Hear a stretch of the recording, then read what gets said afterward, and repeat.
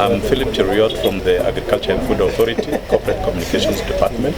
It is a regulatory, a government regulatory agency for the agriculture subsector, specifically for the scheduled crops, those crops that are scheduled under the Crops Act.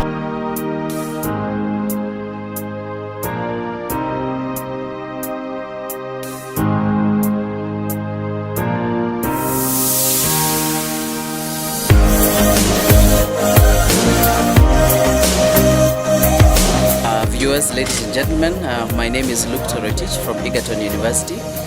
Egerton University was the host at the 64th World Ploughing Contest. It was held at Bongongeri Farm. It was a great opportunity to showcase to the international community what type of technology that has been advanced in the ploughing discipline.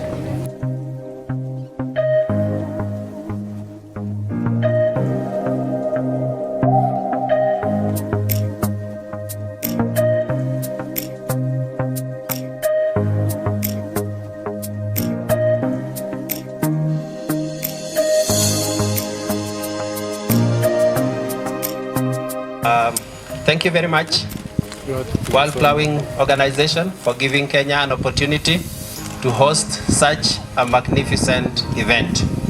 We love farming, and that is why you are seeing this good number of people. I want to appreciate all the contestants who have come. As I hand over this flag, World Ploughing Organization, I want to assure you, we kept this flag under lock and key, because we understand it is the only one in the world, and that we've been holding the only flag in the world for 1 year here in Kenya. It has been safe, and we are happy to hand it over to Germany. As we hand over, I request that we kindly give a mighty clap to the contestants for bringing us here and for coming to see what we are doing here in Kenya.